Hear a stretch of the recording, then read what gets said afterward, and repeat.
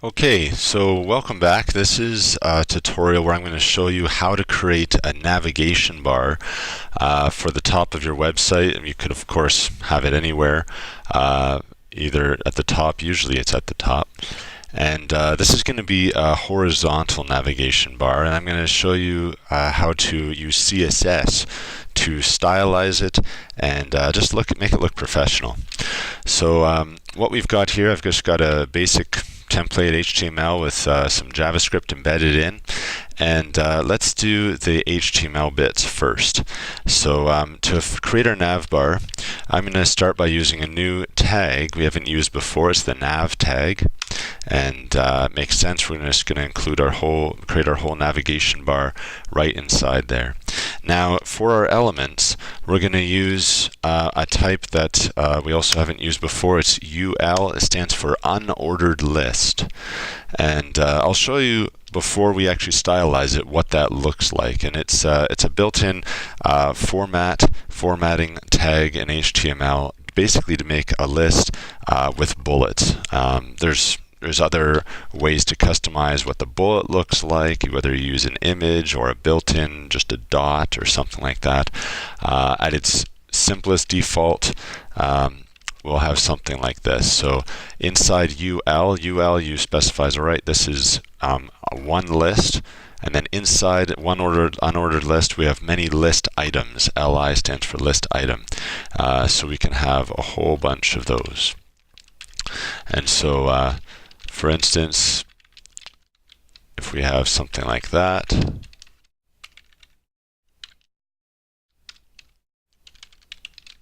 all right. So now let's open that in the browser, and there we are. 1, 2, 3, and notice we've got a bullet in front of each element. You can have as many items as you like. We can turn it into links, and that's definitely what we're going to be wanting to do. For now, because we don't actually have those other pages we want to link to yet, I'm just going to use a hashtag there. That makes it look like a link, behave like a link, but it doesn't actually link anywhere. And then we'll have our closing there.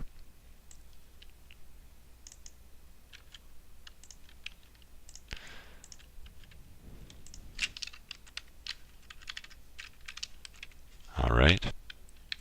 Switch back, and there we go. This is the default appearance. Now you might be thinking, all right, this doesn't really look like a navigation bar, and you're absolutely right. And that's where the magic of CSS comes in. So let's start making our CSS styles right now. So I'm embedding CSS. I'll show you in another video how you can link to an external CSS file, but for this one, it makes sense just to have everything embedded. So to start with, we're going to have nav ul, and what I'm doing here is this is kind of like referring to nested elements. So by putting nav, that's telling it, all right, we're going to stylize the nav tag, everything in there. But then when we have UL right after that, all right, we're specifying the UL inside that. And this is important as well, because if we have any other unordered lists in our document, this is only going to pertain to the nav unordered lists, the unordered lists that are inside the nav tags. And so if we have another unordered list, it's not going to look like our navigation bar. All right, so in there, I'm going to make a margin of 0, padding of 0. Let's give it a background, and I'm going to make this one a black background. So that's the hexadecimal, just all zeros. And the other thing is, for the list style, I'm going to put it as none. And what that should do is take away the bullets from our list items. So let's just refresh that and see what that looks like. All right, so you can see there's no bullets. Our links are still blue with underlines, but it extends the full width of the page. Okay, notice that. Our margins are 0, padding 0. There's no padding between the lists and the edges of our unordered list. Okay. All right. We're not quite done yet. Let's now do some stylizing of our list items. So similarly, nav list items. So it's going to focus on the list items inside our nav tag. I'm going to go display inline, and what that does is it causes them to be in line in a horizontal line as opposed to on top of each other. There we go. Starting to get closer. Next, we're going to do a lot of our font changes. We're going to get rid of the underline. We're going to change the color of our text, and that's by focusing on the links. So that's why we're going nav, li, and then the links inside each of our list items. And let's put a padding on there. And when we do generic padding, remember we can do either just a single value, and that will add 10 pixels padding all around top, bottom, left, and right side of our element, around what's inside the links. But if we put 2 in there, 10 pixels and 15 pixels, the first value refers to the padding on the top and bottom of our element. The second one, the left and right side. Now if you specified 4, then you can have different padding values for every side. So that would be our top, right-hand side, bottom, left-hand side. That wouldn't make sense in this case. I want it to be consistent top, bottom, and left, right. So I'm going to leave it at that. Let's give it a font, and I'm going to pick 14-point Arial. It's important you pick a font that's pretty common installed on most people's computers, because when other people load up the website, it's looking for that font to be installed. And so if you end up using a font, a custom font that's only on your system, it's not going to look right. Maybe in a future tutorial I'll show you how to use Google Fonts, which opens up a whole wider range of other font choices. It allows you to actually link to other creative fonts. But for now, let's just stick with Arial. I'm going to make the color of my links white. Gives a good contrast on the black background. Text decoration, none. What that does is takes away our underline. All right. So if we save that and refresh, nice, that's looking a lot better. Notice that we're supposed to have 10 pixels of padding, top and bottom, but it doesn't look like that. It's definitely not giving us the 10 pixels padding. And that's because it's still treating the link as just text. And so we want to add one more style in here, and that's a display style, and we're going to call this inline block. And that causes them inline, horizontal, same as this, except the links are going to be treated as a rectangle, not simply as text.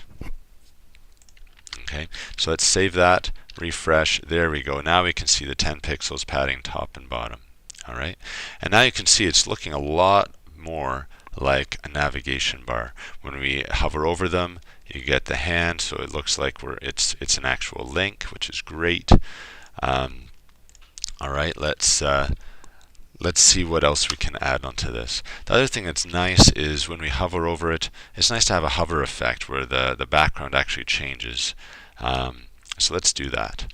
To do that, we're going to continue to do another nav lia, but then after the a, if we put :hover, these styles will only apply when the mouse is hovering over it. These are some of the great things about CSS. So what we're going to change is we're going to change our background color, and let's flip it to being white and make the color of the link to be black. All right. Let's try that out. Beautiful. Looks much better. Now some of you might be wondering, why is there this margin around the left and top and right hand side? And that's actually the margin that's by default applied to our body. So if we want to get rid of that, if you want to go right to the edge, then we can do that. You just have to specify for body margin 0, and there we go. You get rid of that margin. All right.